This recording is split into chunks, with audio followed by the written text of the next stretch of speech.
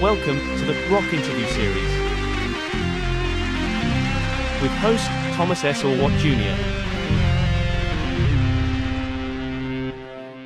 Welcome to episode number 86 of the Rock Interview Series. I'm Thomas Orwatt Jr. It is October 26th, 2023, and for this feature, I have John Jeffrey, guitarist of the Western New York award-winning Kiss tribute band Kiss This, and also David Julian, who is a musician, songwriter, producer, and was a member of the Buffalo, New York band The Last Conservative. During this interview, John and David discussed the new Kiss tribute record, Buffalo Rock City Volume 2. This album features the band Kiss This and many of Western New York's most talented musicians, along with an impressive array of nationally recognized rock stars. So let's get started. Here is John Jeffrey and David Julian. Before we get started, please subscribe to the Rock Interview Series. Hey everyone, welcome to the Rock Interview Series. And today we have a great special for you. Today we have John Jeffrey, the tribute band Kiss This, Buffalo-based tribute band. And we have Dave Julian, who was heavily involved in this project. And David is also was a member of a very successful Buffalo band called The Last Conservative. They even opened up for Bon Jovi at a sold-out arena back 2006. I think it was beginning of 2006. Yeah, exactly. So we'll start off by talking about the Buffalo Rock City Volume 2. Tomorrow is the album release party, October 27th. And then the actual release of the album, which you can get on CD and on USB, is on Halloween, Tuesday, October 31st. Oh, okay, great. Yeah, that's going to be a big day for music. Mick Mars is also formerly from Motley Crue, releasing his first single on Halloween too. So you can get this great Buffalo Rock City Volume 2 and listen to it on Halloween. What an appropriate day for it. So let's start off by talking about the fact that there is a Volume 2. You released Volume 1 in 2020, and really very impressive release. A lot of really great compliments on it. A lot of the the Kiss community that could be very fickle really seemed like they rallied around this release. What made you decide to torture yourself and do it again? That's a good question. I don't know. I just felt like I learned a lot from doing the first record, and it just seemed to make sense, that there had to be a second record, and to do it, bigger and better than the first one. The first album had 13 tracks on it. This one has 17 songs on it, and we had like 6 national, worldwide celebrity guest players on the first record, and on this one we have 13. So it just we wanted to do everything twice as much, and just like I said, learned a lot from the first record, and just wanted to do it even better the second time around. And David, how did you become involved in this project? Well, John and I actually met. It was kind of by accident. I was working with Steve Brown, who's been in Trickster. He's played with Def Leppard and a bunch of people, and we were co-writing some stuff. I actually have 2 co-writes on the new Ace Frehley record coming out this year. Oh. And I was working with Steve at the time, and then Ace Frehley actually came to Jamestown, and I said, I phoned up Steve, who was super nice, and was like, hey, if you want to meet Ace, because I hadn't actually like been in the room with him yet, or worked with him directly. It was through Steve Brown. So Steve's like, hey, do you want to meet Ace? And I'm like, yeah, sure. So I was standing in line waiting to meet Ace Frehley after his show, and John was in the line with me, and we started talking, and we're both from Buffalo, and we started talking a little bit. So I actually we exchanged contact info, and then I sent him some of the stuff that I was working on, because I've been working on some projects. I've done some stuff with the Frontiers label over in Italy, and then this new Ace Frehley co-write. So I sent him some of my stuff, and then over time we kind of kept in touch, and then he was nice enough to ask me to get involved with it. Wow, well, that's incredible, especially with the Ace Frehley co-writes. Wow, congratulations on that. That's huge. Oh, thank you. Yeah, thanks. You're I'm really welcome. excited. Yeah, what were some of the other Frontiers records that you worked on? I did 8 songs for. Are you familiar with Tommy DiCarlo, who's the new singer of Boston? Oh yeah, yeah. Yeah, I I actually played on. I co-wrote the music, and I did writing of music, and I actually play guitar on 8 of the songs. Came out like about, I don't know, 8, 9 months ago, maybe a year ago. okay. So I was on the Frontiers label, and then I've got another project that I worked on with. I can't really say who it is yet, but it's a couple of pretty famous guys from the '80s, and it's and actually they're still touring today and still putting out great music today. But some people from some bands. It's a kind of a project with a couple different people on it, and I'm not sure when that's coming out. I'm assuming it's going to be either later this year or early next year. Wow, that's awesome. So we have two Buffalo All-Stars, musical All-Stars with us today. Wow. Very impressive resume, guys.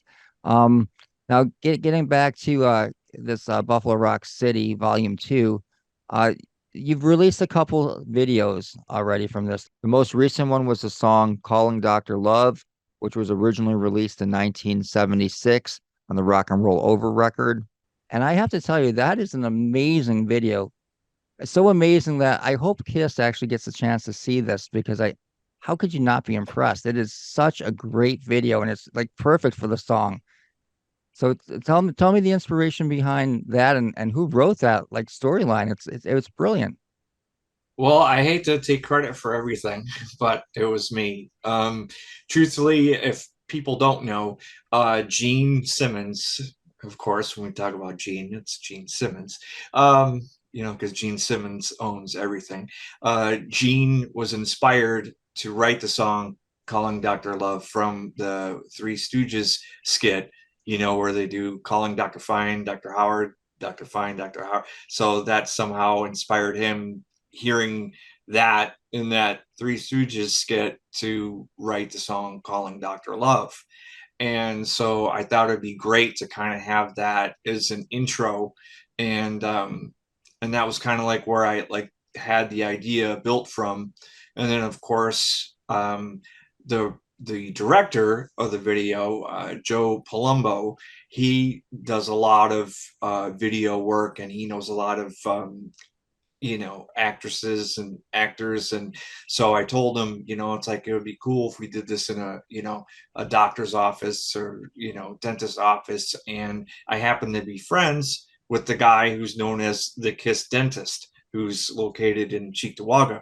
So I worked it out with him that we could film in his office, and Joe was able to bring in one of his actress friends. Her name is Rosalind Kashmir, and she was the patient in the video. And then as the video kind of progressed through filming, we filmed the performance clips in a haunted house, and that was kind of fun. And then when we did the blood scene, we thought it would be kind of fun to make it larger than life. Like with anything Kiss, it's larger than life. And then we really built up the whole blood scene when when our Gene Simmons and Kiss This, Taylor Sturza, did the blood scene. We kind of had the nurses who were in the video be on the receiving end of the blood and just had them get completely doused with blood. And that was pretty much the thought process behind it. It wasn't science or anything. It just it just seemed to kind of all fit together, and what you see is what you get.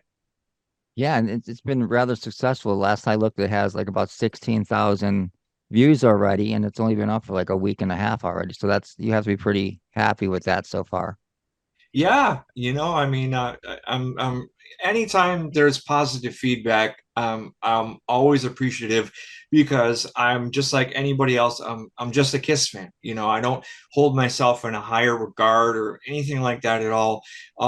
Anything that I do, I'm just a fan, and I just like to be able to, share what I'm able to do with other Kiss fans. And when I get positive feedback, I appreciate it.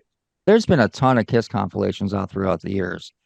There are two things about it that I like. One, I like that it was for charity, and the other thing I liked about it was that he's got this magical ability to pull these people together. I don't know how he did it exactly, but some of the songs I didn't really mix the whole thing. I think I mixed like 7 or 8 songs, but like on vocals on one of them, you have Johnny Gioli, who's fantastic. John Corabi sang one of the songs.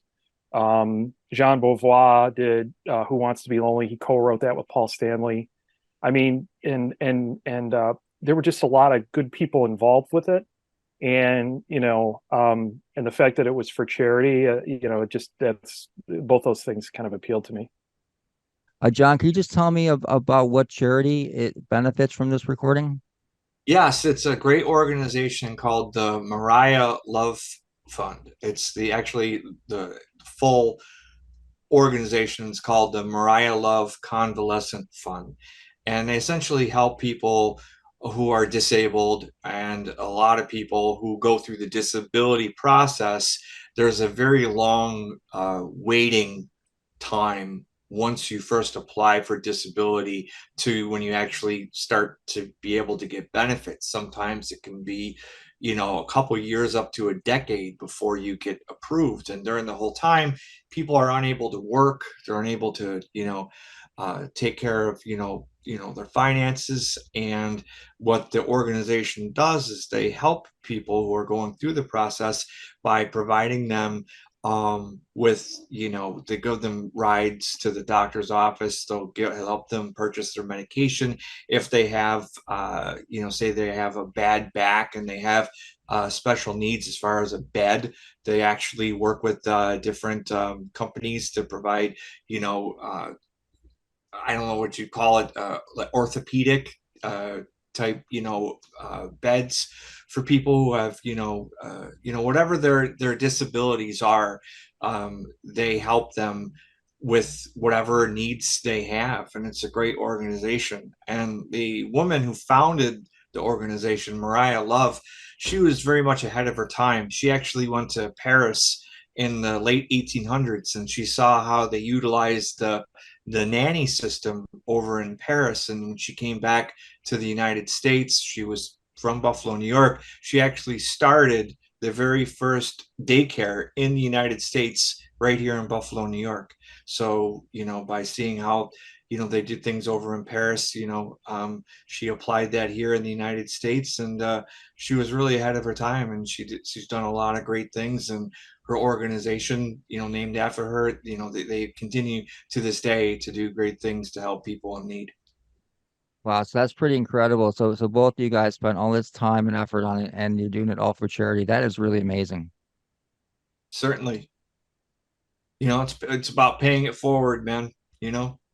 Not just helping the charity, but just the thought of being able to help people, and doing it all through the love of music, giving people music. And unfortunately, there's a lot of artists that they don't see the need to record music anymore because it's not as a viable source of income. So they just don't even record anymore. Some artists don't. And so, just being able to record and put something out of quality. Again, thanks to David for his participation in making Buffalo Rock City 2 sound like a great record.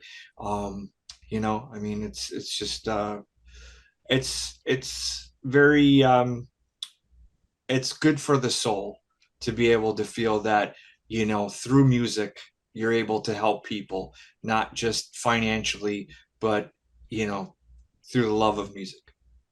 Yeah, and John, another unique thing about this is that it's just not like, you're like, classic Kiss songs that are on it. There's some gems in here that have never been released, and some songs that were never even recorded before, or they were like, partly recorded and never released. Can you tell us a little bit about those songs in particular?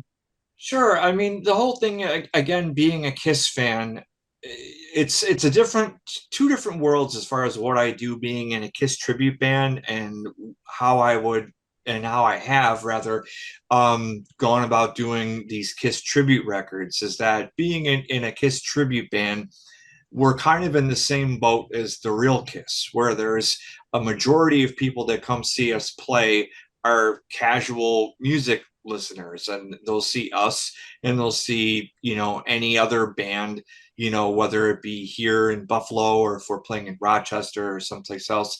The majority of the people coming to see the band, they want to hear the hits. They want to hear the songs that they know.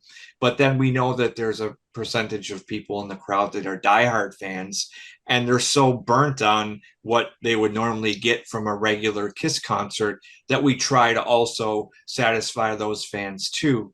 So more so doing the Kiss tribute records, those are specifically designed for diehard fans.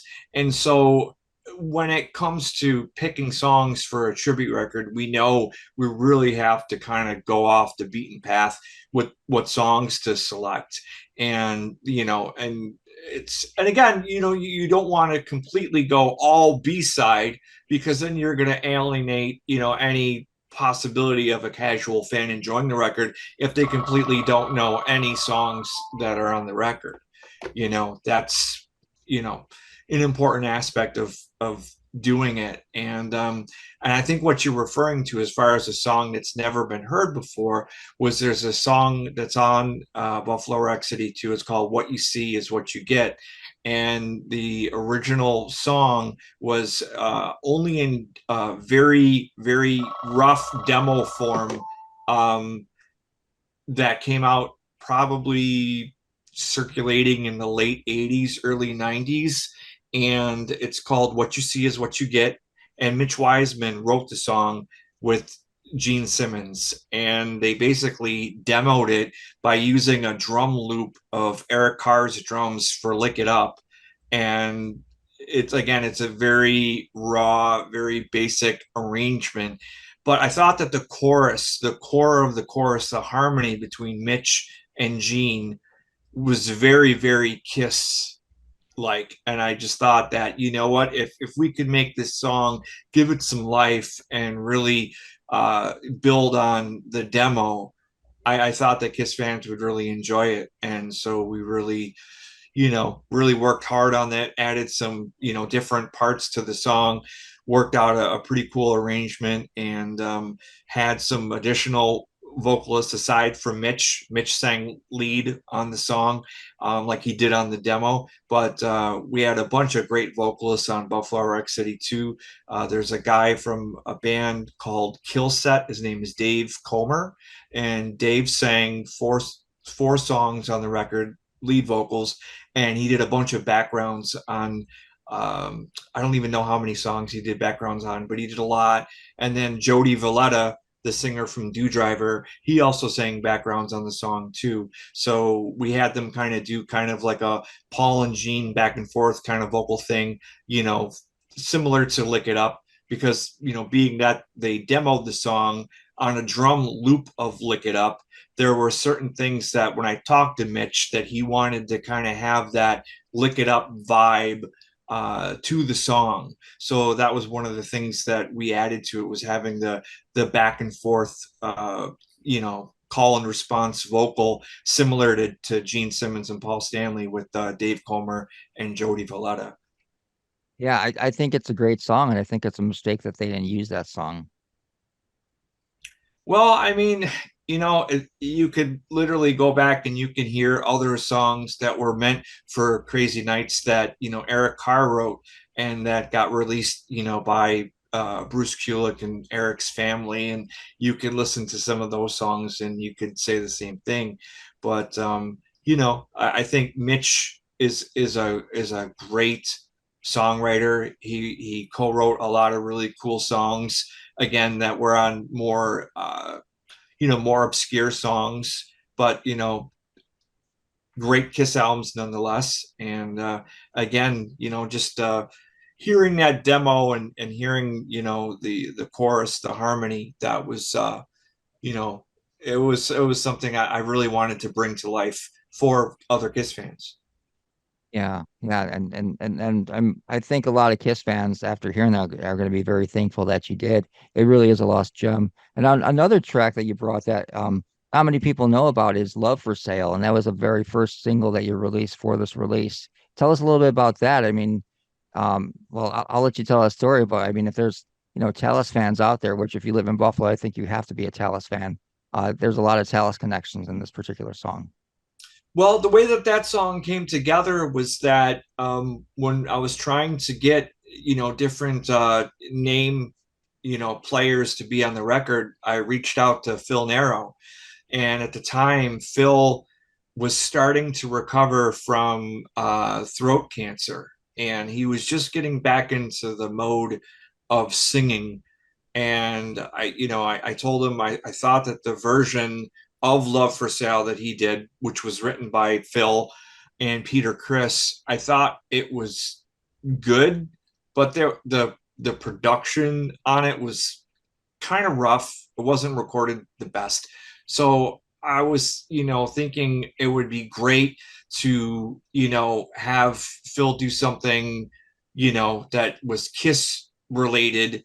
And initially, we had only talked about Phil singing on I Stole Your Love. And then unfortunately, as we were in the, process of working out him, when he would be able to actually sing again and record, he suddenly passed away. And so at that point, I had reached out to the surviving members of Talos 2.0, the drummer Mark Miller and Kire Nadovsky. Both guys are from Rochester, and I talked to them about actually recording that song and Love for Sale. And I reached out to Dean Castronovo, who I already had on board to sing Love Gun and play drums on Love Gun. And when I told him about, Phil passing, he felt really bad. And so he immediately reached out to three other singers, Johnny Gioeli from Hardline originally, John Corabi, who was, the second singer of Motley Crue, and Jeff Scott Soto. And so I thought it would be perfect to have Jeff Scott Soto sing the song that Phil would have sung on the record. And it's ironic that Jeff was playing in a band with Billy Sheehan, who's also on the track, but them being in Sons of Apollo together actually had nothing to do with both of them being on the track. Having Jeff Scott Soto singing Love for Sale was all from Dean Castronovo. So that's kind of interesting in that regards. There's like backstories on all the songs too. It's like Yeah. I Stole Your Love 89 was actually tracked to the soundboard recording from Paul Stanley's solo tour from Toads from 89. And so, like you were talking before about, how do you take a great Kiss song and do something different with it? Well, that was the thing, like the ones that are more known.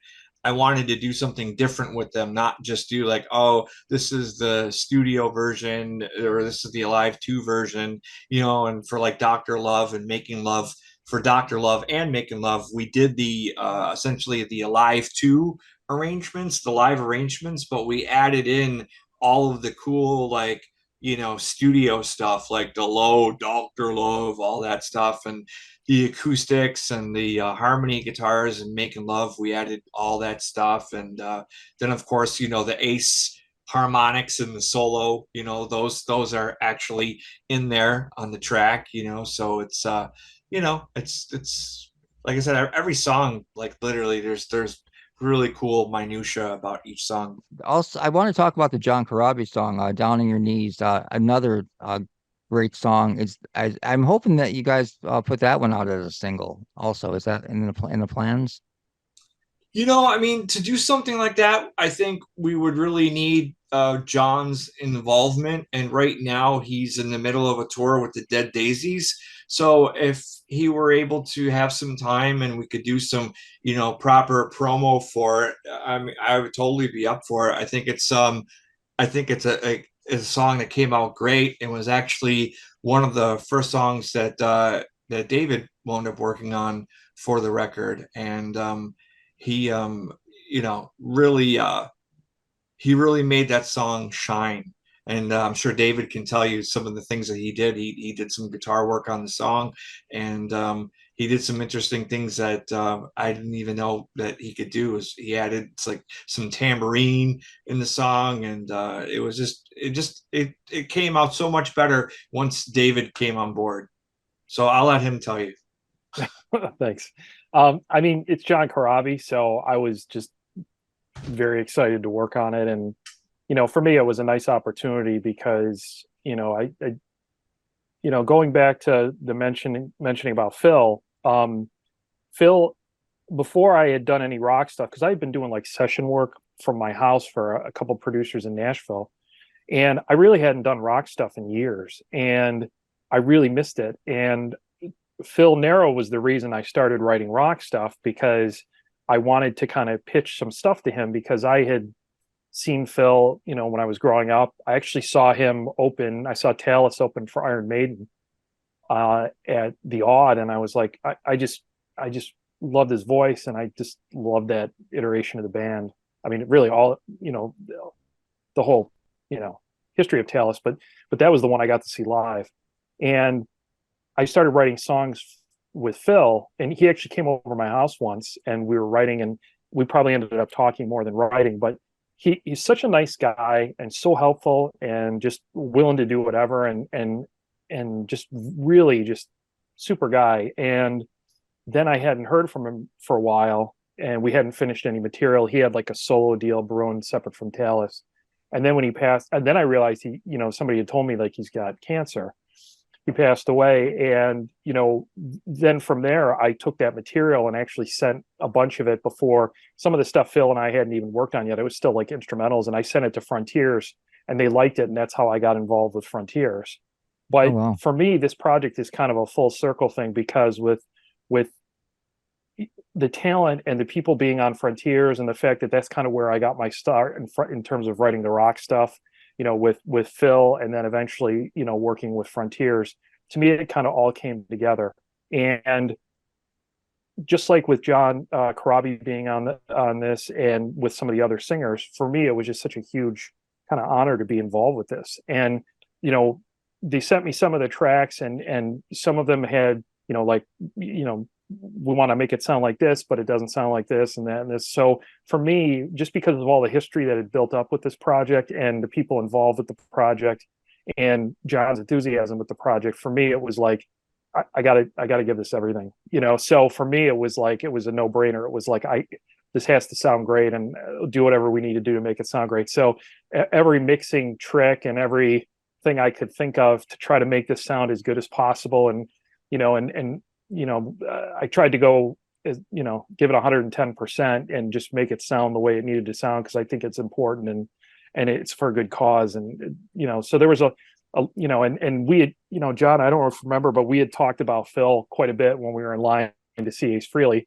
And I was just like, this is kind of an area, or a lot of the people involved with this, I had just never worked with before, never been involved with. So for me, this was just a huge honor to be able to do this and to be involved. So I'm very thankful for it. And, and I think a lot of the songs and the things that I did, hopefully people will like it, Yeah. We'll see. Yeah. Well, from what I've heard, it's very impressive, and it's tricky too, because you're taking like, classic Kiss songs. Some of the songs are classic Kiss songs on this, and it must be like, like, what more can I do to the song that's already perfect to begin with? So that in itself must be a challenge. Well, John's the expert on every aspect of what was played, and how it was played, and when it was played, and all that stuff. For me, it was just about, the challenge for me was, you got, vocals coming from Los Angeles or from Italy, or you got drums coming from, Buffalo, you got this guy, and everybody's in different spaces, and everybody's got different levels of recording gear, from like, a smaller home studio up to a, pro level studio. So the goal and the challenge is really to try to make it sound cohesive. So that was part of the challenge, is to try to, and we had some situations where, like, we could only get certain tracks, and then we had to kind of like embellish or try to figure out ways to add material to, what I mean? So it was a bit of a challenge for some of the songs to try to be able to kind of make it sound cohesive with the rest of the record.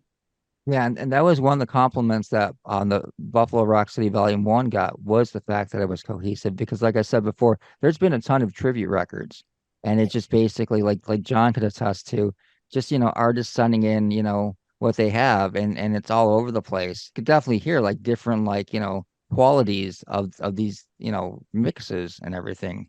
And this one, it's straightforward. It sounds like it was, a professionally mixed, professionally made. I mean, it's up there with Kiss My Ass. It's, one of those, really good quality tribute records. Yeah, and again, working with David was great because one of the things that we're talking about, like you had mentioned with other Kiss tribute records, one of the ones that really stands out was the one produced by Bob Kulick, "Spin the Bottle," I think it's called. I know it was re-released with another name too, and that one was done very well and a very cohesive sounding thing.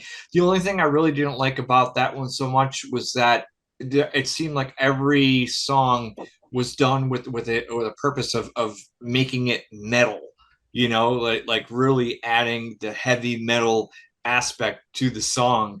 And I think some of the songs, while it leans towards metal, I think it's more hard rock, and I think it should stay. I mean, I know there's a fine line between hard rock and heavy metal, but I don't think you need to necessarily metal up every song. You can keep more of a rock and roll vibe to it, and that was important for me, with this record. But again, the spin the bottle record was something that David and I had spoke about, as far as what we viewed as being a good sounding record and kind of a soundboard to kind of compare things to when we were finishing mixes and listening back to things. And I really think that we kind of pinned the meter in terms of getting the songs to be where we wanted them to be.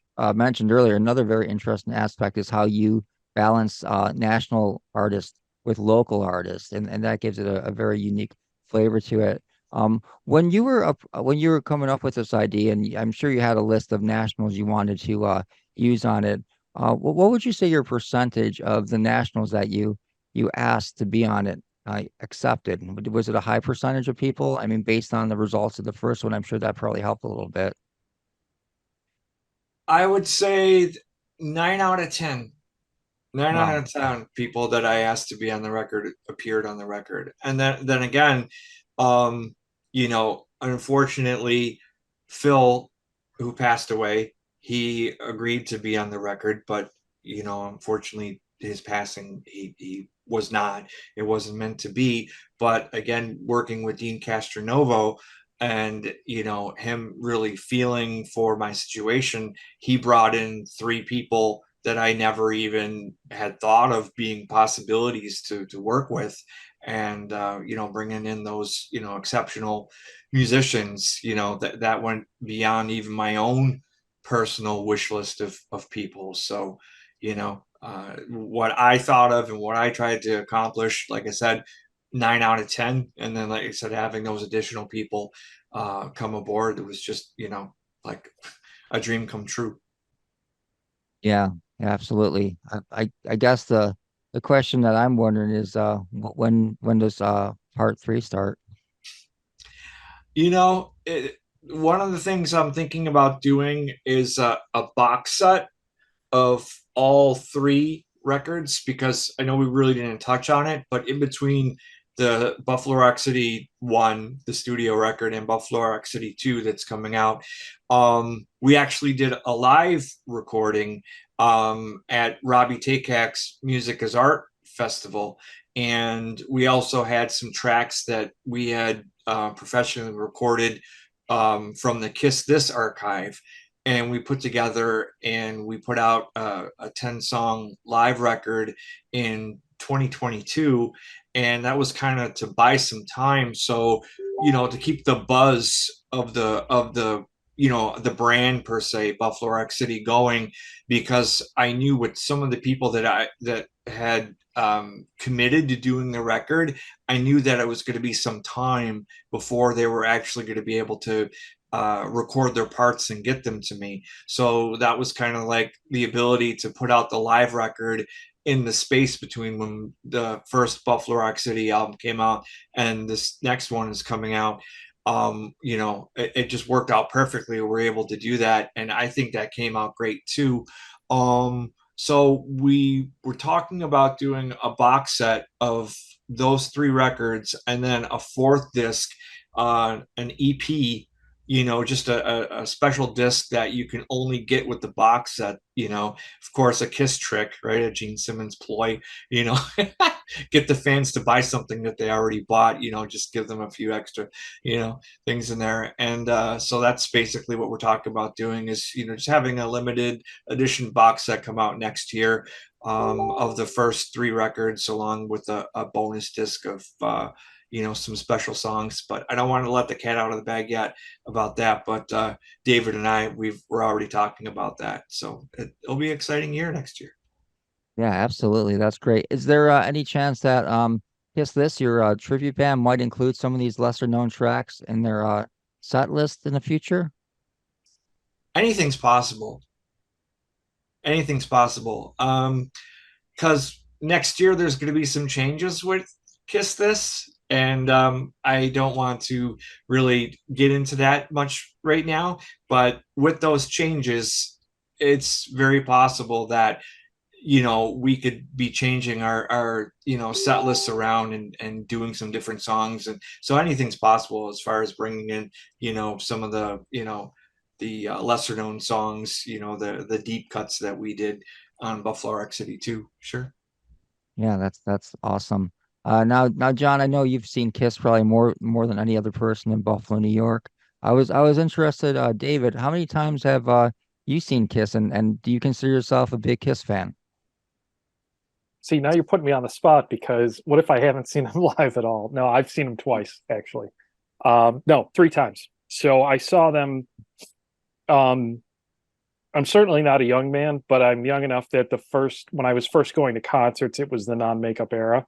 So the first time I saw them was the Crazy Nights tour, which is probably around, what, 88, I'm going to guess. 88. Yeah, with and then Ted I saw Nugent, them right? in 96 when they put the makeup back on, and when the arena was new. And then I actually took my daughter to see them, was it 3 or 4 years ago when they came here? So I've seen them 3 times total, which is a fraction of probably what John's seen them. And then I St. saw John's. Ace once live. Wow. Okay. And you didn't see Ace until you saw him in Jamestown, which was just recently. Yeah, well, I saw Ace on the 2 other Kiss tours, or Right. not the 2 Yeah. other Kiss, the 96 tour rather. I saw Yeah. him then because he was on that one. That was when they reformed after the Unplugged stuff. So I had seen him at that show. And then as far as solo though, I had not seen him until recently. And he was Yeah. great. A super, super nice guy. Again, I'm just floored that I'm even involved in any of this. So for me, it's fun, That's like really amazing. And John, you last time Ace played in the Buffalo area, he actually used your smoking guitar on stage. That must have been quite a thrill for you. Yeah, in Niagara Falls, and it was funny when I met David and I was going to meet Ace. I didn't even know I was going to meet Ace in Jamestown, and his his assistant reminded Ace that he used my smoking guitar, and I thought it was kind of funny because it's like, how many other fans has Ace, used their smoking guitar in a show before?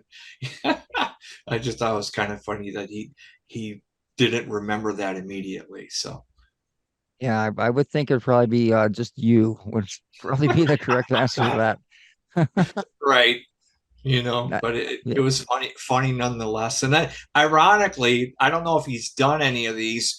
A couple months ago, there was an announcement made that Ace was offering fans the opportunity that he would play their guitar for one song during his show for $5,000. And I was like, wow, I got to be able to do that, and I got to do it for free. And I'm like, I don't know if he's actually done any of those, but I thought that was pretty interesting, kind of marketing idea. And I just thought that was kind of ironic after, Ace wound up using my smoking guitar for a show, that he offered other fans to be able to, have the same experience. Yeah, that seems like a pretty ridiculous price for that. Hey man, everybody has their passions, right? I mean, Paul Stanley sells his stage played guitar for $11,000, and I think these December shows that they're doing, the last two shows, his stage play guitars are going for like $35,000. So it's really, the eye of the beholder, like how much is it worth to you, so I don't put it down, but it does seem like a lot of money. I do agree with you. Yeah, yeah. And at least with the Paul Stanley play guitars, I mean, that's kind of like a collectible. I mean, that's an investment. I mean, that could actually go up in price, but you're like pink little pony guitar that you have Ace play on stage for five I thousand was gonna say dollars. he's Like, he's gonna have to play some rough guitars, man. If unless people buy something nice, you know. yeah, exactly right. John, I want to ask you, so Kiss is on the final dates. You've been a fan forever, and you are, like I said, known as the expert and probably like one of the most knowledgeable people about on Kiss in the entire world, I would think. How do you feel about them almost at the end right now? I mean, it's got to be a little heartbreaking, huh? It is, but I think, everybody reaches a point where they've done everything that they wanted to do and what they can do. And I think, Kiss got to a point where I think they realize, they can't keep doing this forever, in the way that they do it, in terms of wearing the makeup and the costumes, and they don't want to, I mean, they're in their 70s and they still look great and they still play great, but there is going to be a time, if they kept going, where I think you're going to look at them, and it could kind of, get ridiculous. And I think they don't want it to get to that point, literally, when people are saying, oh my God, like, you shouldn't be doing this anymore. And I think they came to the realization that, it's time. And I'm glad, that they're going out on their own terms. I mean, how many bands, can say they've been around for 50 years and have toured as much as they have, and be such pioneers with the staging and pyrotechnics and the choreography and the theatrics. I mean, Kiss really paved the way for so many bands, and it is sad that it's going to be coming to an end. But I would have to think that they knew in their hearts that it was the right time when to call it. Yeah. Do you really feel that this is going to be the end for them on December 2nd? That's going to be their last show, or do you think it's just going to be, I another tour I announced? do. No, I honestly do. I think, there's no secret that, in their live show, that they're getting some, help with the use of technology. And I know that they're probably not super proud of having to, do that in some ways. So I think, the point of doing that is just simply providing a consistent, good sounding live show, a good product for their fans. But I don't think it's something that they want to continue doing it in that way. It's really being done out of necessity for them to be able to finish their career on their terms. Yeah. Now, as a longtime Kiss fan, would you like to see Ace and Peter appear on stage one more time with them? I'd love to, but unfortunately, with everything with Kiss, it seems to come down to, money and ego, and that's not one particular person. That's all of them collectively, and it's sad that they can't come to terms in order to do that. But it is what it is. It just, again, being a fan, I'm happy that Ace is still out there, and you know, performing. And as David can attest to, he's recording new music, two songs that David co-wrote for Ace's new record. So I mean, I'm so proud of David to be. I'm jealous of him too. That I think he's. everyone's jealous of David for that. Yes. It But was a no, fluke. but it's great though. I mean, that's really going to be cool, that that what you came up with, however you wrote your songs, whether you're writing in your bedroom or wherever, Ace is playing those songs on his record, and you might even wind up playing them live at some point. I think that you can't ask anything more than that, at least from a fan's point of view. Yeah, that's pretty amazing. And the fact, David, that like I just mentioned earlier, that your band, The Last Conservative, opened for Bon Jovi. Uh, Tell us a little bit about that gig, and what was that like, opening and playing in front of your hometown crowd, sellout crowd, in front of like one of the biggest artists of all time. Yeah, I mean, because of the Bills thing, I don't think people like. I notice when I tell them on occasion, like if it happens to come up, they're not as big of fans as they were back then now because True, of the whole very Bills true. Yeah, debacle. But we were doing a lot with Sirius XM at the time.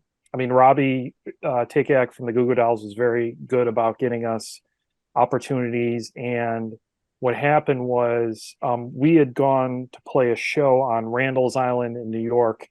Um, and it was a multi-band bill. And I can't remember who the headliner was, but they were on way later in the day. I think it was like Disturbed or somebody like that. It was somebody much heavier than we were. So we played earlier in the day, and a couple of people from Sirius XM were there, and we didn't know they were going to be there.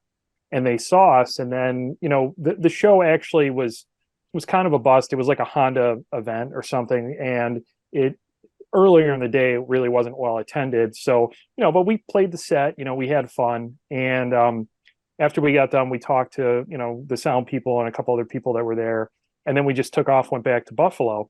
And then on Monday, the following Monday, this was a Saturday. On the following Monday, I got a call from one of the DJs at Sirius XM, and he's like, "What are you doing on this date?" And I'm like, "I don't think we have any shows." He's like, "Do you want to open for Bon Jovi?" And I was like, "Yeah, we'll do that." So it was the Have a Nice Day tour, and it was amazing. And I think a lot of people know this, that Jim Kelly's friends with John Bon Jovi. So we were standing backstage, and Jim Kelly was actually back there. And so we were talking to him, like literally right this, like I think it was Rob Lucas from like 102.5 had announced us. And and it was literally minutes before we went on, and we were talking to Jim Kelly, and he's like, "Oh, have fun, guys," and blah blah blah. And he was really great too. And then all of a sudden the flashlight goes on, and they're like, "Gentlemen, time to get on the stage." And our intro music came on, and I was like, "This is," just like anything. It's like you work so hard at this. Every musician does, and then every once in a while you get this little win, and then and that kind of propels you to keep going. And then because for every little win you get, there's however many losses in between those wins. You know what I mean? So that's the thing with my music career. It's been a lot of just like, quite honestly, it's just been sticking it out more than anything else. It's I'm not any better than anybody else. It's one of those things where if you're in it long enough, at some point you're going to get a couple of things that go your way.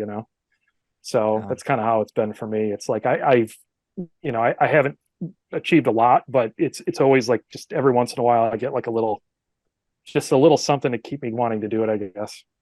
Yeah, those two Last Conservative records that you released back then, they were just absolutely amazing. And I Oh, thank really, you. yeah, you're welcome. I really thought that band was going to break huge, and I'm sorry that I'm not sure what went wrong, but you guys should have been much more successful. I think I think Napster's what went wrong, to be honest with you.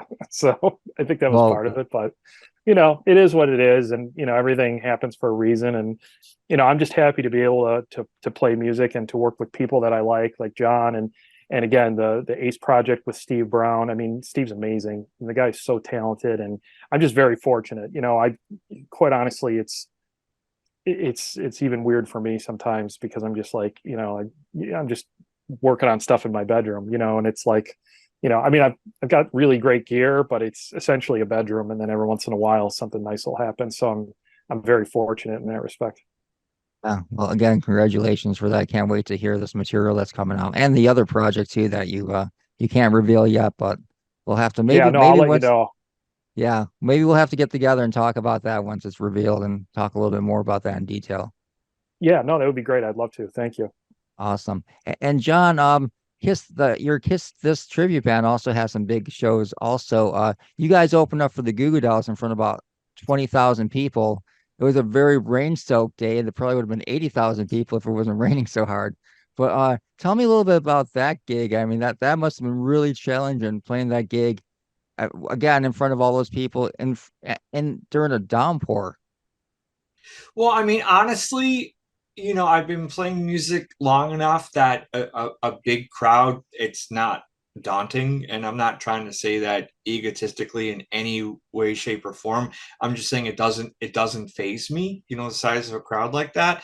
And truthfully, that particular show, because of the storm and the way that the lighting was, you couldn't even see the crowd from the stage. You couldn't, all we saw was black, and we saw the wind and the rain blowing sideways, left and right, just back and forth. And we just got pelted, and just, we just played through. We did our set, and, that was it. In full Kiss makeup during a rainstorm. Yes. You didn't need as much makeup remover after that gig. No, actually, I mean, the stuff that we use it's literally made to withstand water. It's oil based, so even getting drenched like we did, it's still it stays on pretty good. Oh, all right. Well, awesome. I want to end the interview by saying thank you to both of you guys, of course, for taking your time and very interesting interview. And let's end by telling everybody that's watching how they can purchase this. Real easy. Go to www.buffalorockcity.com and go to purchase, and that will redirect you to the Bandcamp site, and you can purchase the album on CD. Or if CD is an antiquated type format for you, we're also offering the album on a USB drive, and you can plug that into your car, your computer, and you get all the tracks that way. But I still like CDs. I like physical media. I mean, I'm just might be old school or whatever, but I mean, the CD's cool. There's pictures, and it has all the breakdown of who plays on, what track and so forth. So, buy both. Absolutely, I agree. All right, gentlemen, thank you very much for your time and best of luck. And we'll definitely catch up with you guys again soon. Thank you, Great Tom. talking to you. Thanks so much. Oh, you're welcome. Bye.